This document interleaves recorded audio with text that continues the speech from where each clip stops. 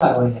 दिनांक 24/2/26 रोजी साधारणतः रात्री 8:15 सव्वाच्या सुमारास लकी कंट्री बार म्हणून पिंपरी गावामध्ये एक सह्याद्री समृद्धी हॉटेलच्या बाजूला एक लकी कंट्री बार आहे. त्या ठिकाणी तक्रारदार जो आहे रवींद्र ज्ञानेश्वर गायकवाड हा तिथं दारू पिण्यासाठी गेला होता.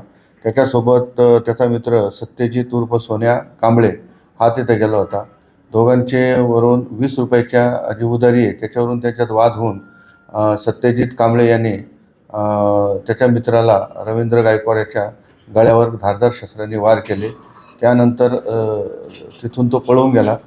त्याला तात्काळ वायसीएम हॉस्पिटल येथे ॲडमिट केले.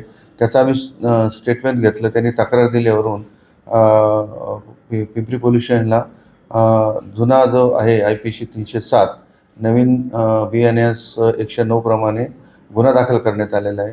सदरचा सत्यजित कांबळे हा तेथून फरार होऊन पुणा मार्गे लातूर येथे गेल्याचे आम्हाला समजलेले आहे.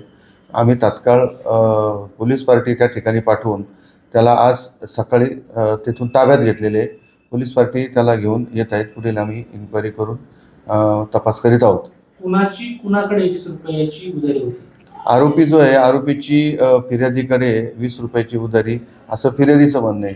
जेव्हा त्यांनी त्याच्यावर वार केले त्यावेळेस त्याचं म्हणणं होतं की आरोपी त्याला सांगत होते की माझी तुझ्याकडे 20 रुपयाची उधारी, ती उधारी मला परत दे. परंतु आरोपी फिर्यादीचं म्हणणं आहे की माझी कोणती अशी त्याच्याकडे माझ्याकडे उधारी नाही आहे. आता आरोपीला आल्यानंतर त्याच्याकडे तपास करून काय असेल ते आम्ही तपासात निष्पन्न करू.